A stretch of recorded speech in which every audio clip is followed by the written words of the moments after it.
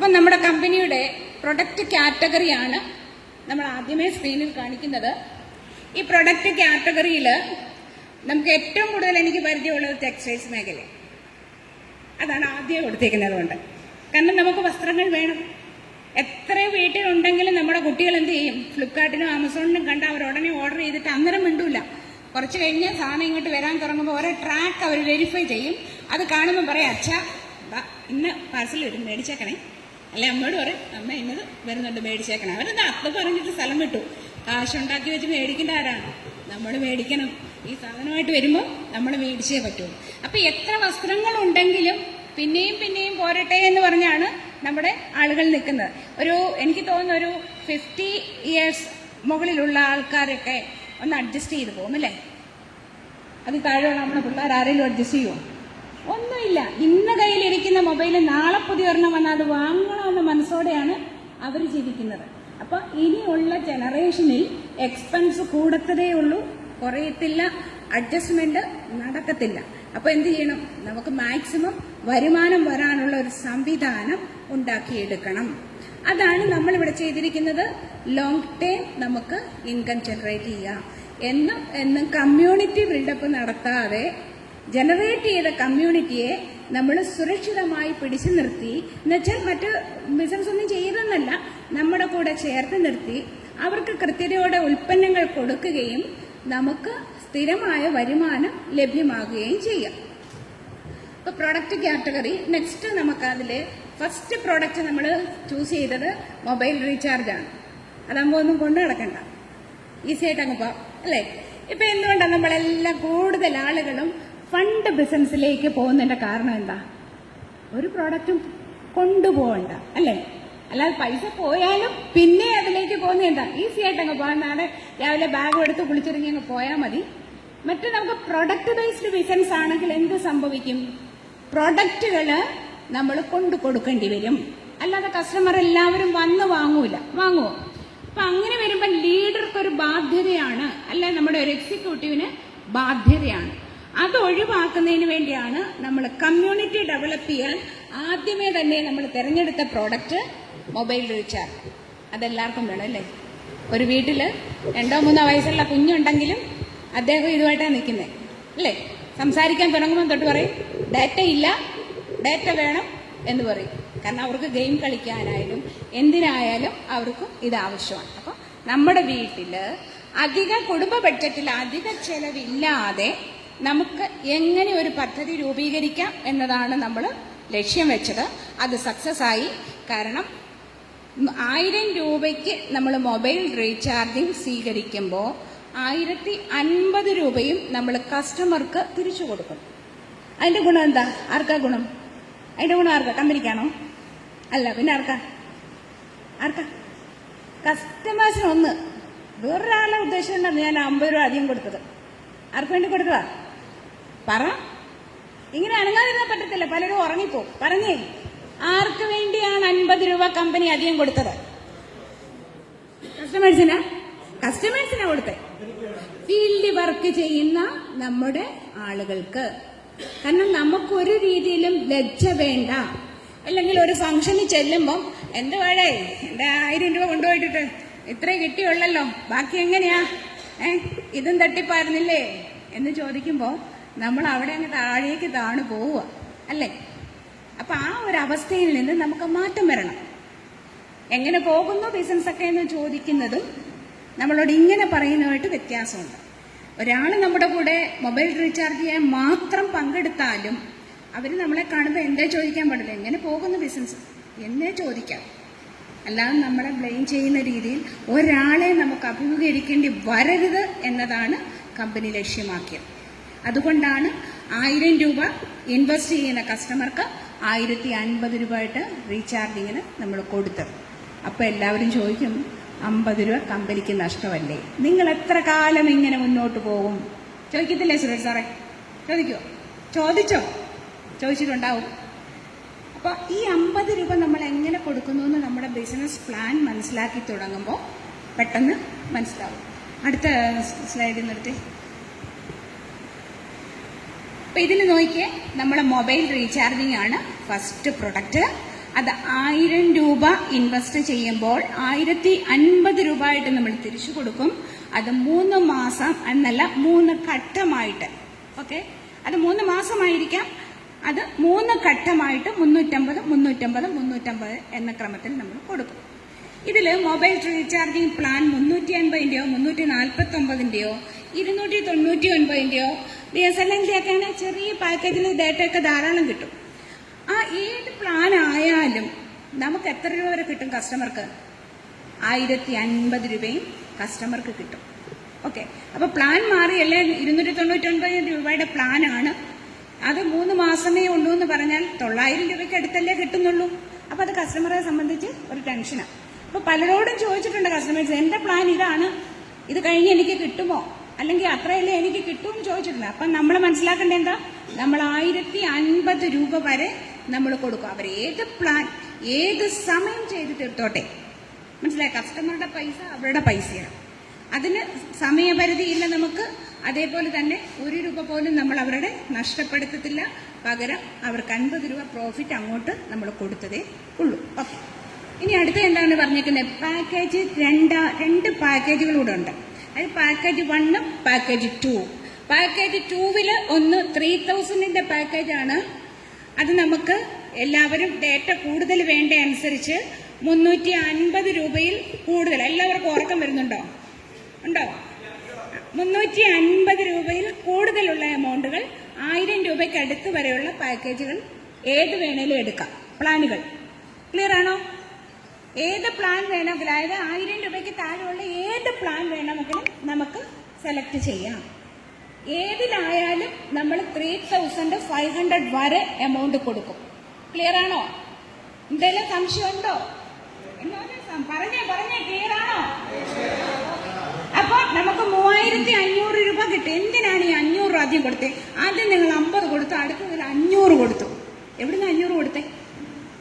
എന്തിനാ കൊടുത്തേ? 999ന്റെ പാക്കേജ് ആണെങ്കിൽ നമുക്ക് 94 ഡേയ്സ്, അതായത് 3 മാസത്തിൽ കൂടുതൽ റീചാർജ് കിട്ടും അല്ലേ? ആദ്യത്തെ പാക്കേജ് ചെയ്യുമ്പോൾ തന്നെ. ഇനി അടുത്ത നമ്മൾ രണ്ടാമത്തെ ഗഡു കൊടുക്കുന്നത് എപ്പോൾ കൊടുത്താൽ മതി അല്ലെ? എപ്പോഴാണ് നമ്മുടെ കമ്പനിയിൽ നിന്ന് അവർ വിഡ്രോ ചെയ്യുന്നത്? 3 മാസത്തിന് ശേഷം അടുത്ത 1000 രൂപയും കൂടെ കൊടുത്തു. പിന്നെയും ഒരു 1000 രൂപ ബാലൻസ് ഉണ്ട്. അത് 6 മാസത്തിന് ശേഷമാണ് നമ്മൾ കൊടുക്കുന്നത് അല്ലേ? ബേസിക്കലി ഞാനൊരു ഫിനാൻസുകാരത്തി ആയതുകൊണ്ട് നമ്മൾ പലിശ കൊടുക്കുന്നു എന്ന് കൂട്ടിയാൽ മതി. 500 രൂപ നമ്മൾ എക്സസ് കൊടുക്കുന്നത് അവരുടെ ഫണ്ട് 6 മാസക്കാലം ഇവിടെ കിടപ്പുണ്ട്. കസ്റ്റമറെ സംബന്ധിച്ച് നമുക്കൊരു നഷ്ടവും ഫീൽ ചെയ്യരുത്. അതിനാണ് നമ്മൾ 500 രൂപ എക്സസ് കൊടുക്കുന്നത്. അത് കമ്പനിയുടെ പോക്കറ്റിൽ നിന്നല്ല.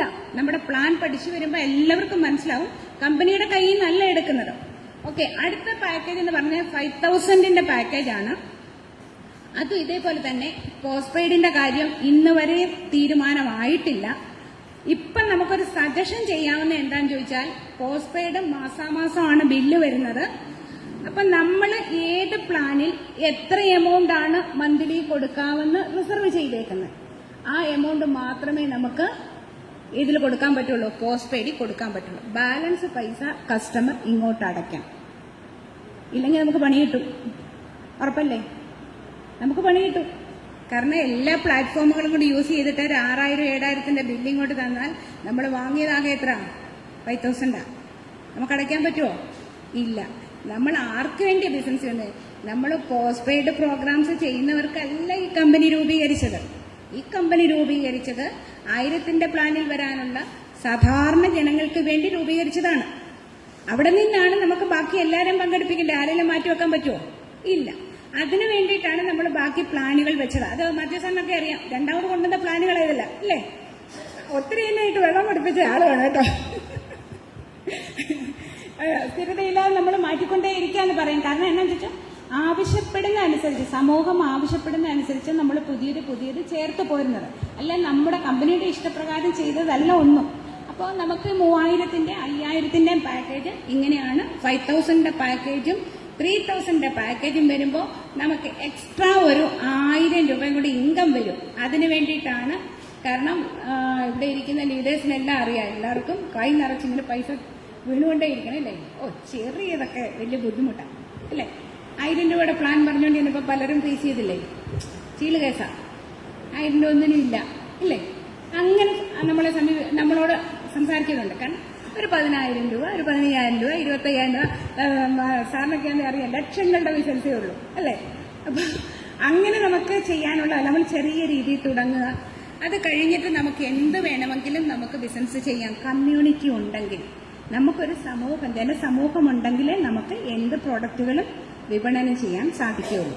അപ്പൊ ഇനി അടുത്ത നമുക്ക് ഈ പാക്കേജുകളുടെ, അതായത് ഇവിടെ പറഞ്ഞിട്ടുണ്ട് ഡിപ്പെൻഡ്സ് ഓൺ കസ്റ്റമർ നീഡ്സ്. കസ്റ്റമറുടെ ഇഷ്ടം എന്താണോ അതിനനുസരിച്ച് നമുക്കൊന്നിനും ഒരു പാക്കേജ് ഇല്ല. ജോയിനിങ് അല്ലെങ്കിൽ എമൗണ്ടുകൾക്ക് മാത്രമേ നമുക്ക് പാക്കേജ് പറഞ്ഞിട്ടുള്ളൂ. 1000, 3000, 5000. നമുക്കൊരിക്കലും പ്രൊഡക്റ്റിന് പാക്കേജ് ഇല്ല. അത് നമ്മുടെ ഗവൺമെന്റുകൾ അങ്ങനെ കൊടുക്കാൻ പറഞ്ഞിട്ടുമില്ല. അത് കൊടുക്കരുതെന്ന് പറഞ്ഞ പാക്കേജ് ഫിക്സ് ചെയ്തത്. കസ്റ്റമർക്ക് എന്ത് വേണോ അത് കൊടുക്കണം. അപ്പോൾ കസ്റ്റമർക്ക് പ്രൊഡക്റ്റുകൾ കൊടുക്കുന്നത് അവരുടെ ഫണ്ടിന് ആനുപാതികമായിട്ട് അവർക്ക് വേണ്ട പ്രൊഡക്റ്റുകളാണ് നമ്മൾ സപ്ലൈ ചെയ്യുന്നത്. ഓക്കെ, ഇനി അടുത്ത ഇപ്പൊ ബൈബൽ എന്ന കമ്പനിയിൽ 1000 രൂപ അടച്ചിട്ട് ബിസിനസ്സിൽ വന്നാൽ നമുക്ക് എന്തൊക്കെ കിട്ടുമെന്നാണ് കൊടുത്തിരിക്കുന്നത്. എന്തൊക്കെ കിട്ടും? എന്തൊക്കെ കിട്ടും? നമുക്ക് ഡയറക്റ്റ് റഫറൽ അല്ലെങ്കിൽ സ്പോൺസർ ഇൻകം ബോണസ് കിട്ടും, അല്ലേ? അത് നമ്മൾ പറഞ്ഞിരിക്കുന്നത് എത്രയാ? 1000-ന്റെ ആയാലും 3000-ന്റെ ആയാലും 5000-ന്റെ ആയാലും ഏത് പാക്കേജ് എടുത്താലും ഏത് കസ്റ്റമർ വന്നാലും നമുക്ക് എന്ത് കിട്ടും? 1000 രൂപ, 500 രൂപ വീതം 2 കസ്റ്റമറിൽ നിന്നും 1000 രൂപ നമുക്ക് റഫറൽ ബോണസ് കിട്ടും, അല്ലേ? എല്ലാവർക്കും ഉറക്കം വരുന്നുണ്ട്. ഒരു ചായ തരാൻ നിവൃത്തിയില്ല. ഉച്ചഭക്ഷണം കിട്ടും, ചായ തരാൻ നിവൃത്തിയില്ല. കാരണം ഏരിയ അങ്ങനെയായിപ്പോയി. അടുത്ത തവണത്തേക്കിനൊക്കെ നമുക്കത് അറേഞ്ച് ചെയ്യും കേട്ടോ. എല്ലാവർക്കും ഉറക്കം വരുന്നുണ്ട്. ഒരു പക്ഷേ എനിക്ക് തമാശകൾ കൂടുതൽ പറയാൻ അറിയാൻ പാടില്ലാത്തതുകൊണ്ടായിരിക്കാം ഉറക്കം വരുന്നത്. ഓക്കെ, നമുക്ക് പെട്ടെന്ന് പ്ലാനിലേക്ക് പോവാം. അപ്പൊ ഫസ്റ്റ് ഇൻകം എന്ന് പറയുന്നത് ഡയറക്റ്റ് റെഫറൽ ബോണസ് ആണ്. അത് 500 രൂപയാണ് പെർ ഹെഡിന്. അതിനകത്ത് സംശയം ആർക്കും ഇല്ലല്ലോ? എല്ലാവർക്കും അറിയത്തില്ലേ? അറിയാം. അടുത്തത് ഡിസ്ട്രിബ്യൂട്ടർ ബോണസ് ആണ് പറഞ്ഞിരിക്കുന്നത്. അത് ആർക്കൊക്കെ കിട്ടും? നമ്മുടെ കമ്പനിയിൽ ജോയിൻ ചെയ്യുന്ന എല്ലാ കസ്റ്റമേഴ്സിനും കിട്ടും. ഡിസ്ട്രിബ്യൂട്ടർ ഇൻകം ആർക്കൊക്കെ കിട്ടും? നമ്മുടെ കമ്പനിയിൽ ജോയിൻ ചെയ്തിട്ടുള്ള സകല ആളുകൾക്കും കിട്ടും. സംശയമുണ്ടോ? അതില് ഉണ്ടോ? ഇല്ല. എന്ന് ഞാൻ ചോദിക്കും എങ്ങനെ കിട്ടുമെന്ന്. ഇല്ല, ഉറപ്പാണ്. ഓക്കെ, ഇനി അടുത്തത് പെർഫോമൻസ് ഇൻകം. അത് പാക്ക് കേൾക്കുമ്പോഴേ അറിയാം. പെർഫോമൻസ് ഇൻകം ആർക്ക് കിട്ടും? പെർഫോം ചെയ്യുന്നവർക്ക് കിട്ടും, അല്ലാത്തവർക്ക് കിട്ടത്തില്ല. ഓക്കെ, അടുത്ത ഇൻകം എന്താണ്? Instant matching bonus. അതായത് എല്ലാവരും ചോദിക്കും ബൈനറി പ്ലാൻ ആണോ? ബൈനറി എന്താന്ന് കൃത്യമായിട്ട് അറിയില്ലെങ്കിലും ചോദിക്കും ബൈനറി പ്ലാൻ ആണോ? ആണെങ്കിൽ ഞാൻ വരാം, കാരണം കേട്ടു വെച്ചിട്ടുണ്ട്. അതാണെങ്കിൽ പെട്ടെന്ന് പണം ഇങ്ങനെ കിട്ടും, വലിയ ലേറ്റ് ആവാതെ അത് നല്ല തുക കിട്ടും. അതാണ് ബൈനറി പ്ലാൻ ആണോ എന്ന് ചോദിക്കുന്നത്. അപ്പൊ അതാണ് നമ്മളിവിടെ കൊടുത്തിരിക്കുന്ന മാച്ചിങ് ബോണസ്. അത് 2 തരത്തിലുണ്ട്. ഒന്ന് ഇൻസ്റ്റന്റ് മാച്ചിങ് ബോണസും രണ്ടാമത്തത് ഓട്ടോമാറ്റിക് മാച്ചിങ് ബോണസും. ഇൻസ്റ്റന്റ് മാച്ചിങ് ബോണസിന് വേണ്ടിയിട്ടാണ് നമ്മുടെ 3000-ഉം 5000-ഉം പാക്കേജുകൾ കൊണ്ടുവന്നത്. ക്ലിയർ ആണോ? അത് നെറ്റ്വർക്ക് ലീഡേഴ്സ് ആവശ്യപ്പെട്ടതും പ്രകാരമാണ് നമ്മൾ 3000-ഉം 5000-ഉം കൊണ്ടുവന്നത്. കാരണം നമ്മുടെ 1000-ന്റെ പാക്കേജിൽ മുന്നോട്ട് പോയാൽ ആ ഫസ്റ്റ് ലെവല് കഴിയുമ്പം ഡയറക്റ്റ് റെഫറൽ വെച്ചിട്ടില്ല എങ്കിൽ നമുക്ക് ഡിസ്ട്രിബ്യൂട്ടർ ഇൻകം മാത്രം 100 രൂപ വെച്ചേ കിട്ടുള്ളൂ. അപ്പം നമ്മുടെ 2ാമത്തെ 3ാമത്തെ 4ാമത്തെ ലെവലിൽ ഇച്ചിരി ഇൻകം കുറവാണ്. അതിൻ്റെ ഒരു ബുദ്ധിമുട്ട് കൊണ്ടാണ് പലരും ഇങ്ങോട്ട് ആവശ്യപ്പെട്ടത്. ഞങ്ങൾക്ക് 3000-ന്റെ ബിസിനസ് പിടിക്കാൻ കഴിയും, ഞങ്ങൾക്ക് ഇൻസ്റ്റന്റ് ബൈനറി കിട്ടത്തക്ക പോലെ ചെയ്തു തരാമോ എന്ന് ചോദിച്ചു. അങ്ങനെയാണ് നമ്മൾ ആ പാക്കേജുകൾ ആഡ് ചെയ്തത്. അപ്പം ഇൻസ്റ്റന്റ് ബൈനറി എന്ന് പറയുന്നത് നമ്മുടെ ലെഫ്റ്റ് സൈഡിലും റൈറ്റ് സൈഡിലുമായിട്ട് ഓരോ മെമ്പേഴ്സിനെ 3000-ലോ 5000-ലോ ഇൻട്രൊഡ്യൂസ് ചെയ്താൽ നമുക്ക് 1000 രൂപ മാച്ചിങ് ബോണസ് കിട്ടും.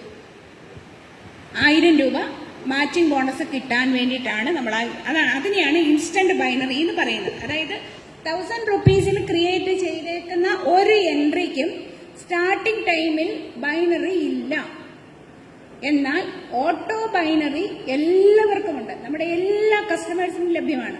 അതിനകത്ത് എന്തെങ്കിലും സംശയമുണ്ടോ? ഉണ്ടോ? ക്ലിയർ ആണോ? 1000 രൂപയുടെ ജോയിനിങ്ങിൽ നമുക്ക് അപ്പൊ തന്നെ ബൈനറി കിട്ടില്ല. നമുക്കൊരു കുറച്ച് സ്റ്റെപ്പ് ഇങ്ങോട്ട് മുന്നോട്ട് പോകുമ്പോൾ ടീം ഗ്രോത്ത് കൂടുമ്പോൾ നമുക്ക് കിട്ടും. എന്നാൽ ഇൻസ്റ്റന്റ് ബൈനറി എന്ന് പറയുന്നത് എന്താണ്? നമ്മൾ ജോയിനിങ് എമൗണ്ട് എടുക്കുന്നതിനനുസരിച്ച് നമുക്ക് ഇൻസ്റ്റന്റ് ബൈനറി ക്രിയേറ്റ് ചെയ്യാം. അപ്പോൾ തന്നെ, അതായത് എൻട്രി വെക്കുന്ന അതേ സമയം തന്നെ നമ്മുടെ ബൈനറി ഇൻകം ജനറേറ്റ് ചെയ്യും. നമ്മുടെ ID അടിക്കാത്ത ആരെങ്കിലും ഇതിനകത്തുണ്ടോ? ID രജിസ്ട്രേഷൻ ചെയ്യാത്ത ആരെങ്കിലും ഉണ്ടോ? സാർ ഉണ്ട് അല്ലേ? 2 പേര്, 4 പേര്, 5 പേര്. ID അടിച്ച എല്ലാവർക്കും അറിയാം, ഒരു ID നമ്മൾ അടിച്ച് സബ്മിറ്റ് ചെയ്ത് കഴിയുമ്പോൾ തന്നെ നമ്മുടെ ഇൻകം അപ്പം തന്നെ ജനറേറ്റ് ചെയ്യും അല്ലേ? ആണോ? എല്ലാവരും കണ്ടിട്ടുണ്ട്.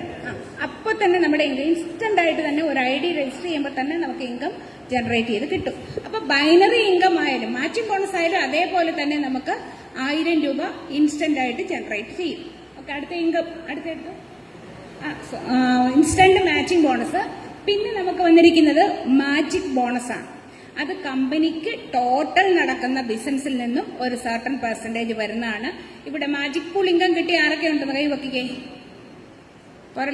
പോരട്ടെ. കൈയില്ലാത്തത് കൊണ്ടാണ് കൈ വെക്കുന്നത്. മാജിക് പൂളില് ഇൻകം ജനറേറ്റ് ചെയ്ത് തുടങ്ങിയിട്ടുണ്ട്. ഓക്കെ, ഇനി അടുത്തത് നമുക്ക് റെഫറൽ റിവാർഡ്സ്. അത് ഈ മാജിക് പൂളിനെ ബേസ് ചെയ്ത് തന്നെയാണ്. അതായത് നമ്മൾ ഡയറക്റ്റ് റെഫറൽ ഓരോന്ന് കൊടുക്കുന്നത് നമുക്ക് മാജിക് പൂളിൽ നിന്നും ഔട്ട് ആവുന്ന സമയത്ത് ഒരു 50,000 പെർ ഹെഡിന് കിട്ടുന്നതാണ്. ഇത്രയും കാലം എന്താ ചെയ്തോണ്ടിരുന്നേ? ഇത്രയും കാലം ചെയ്തോണ്ടിരുന്നേ? ഞാൻ 2 പേരെ തോമസിന് ഇട്ട് കൊടുത്താൽ തോമസ് നാളെ പണിയെടുക്കും.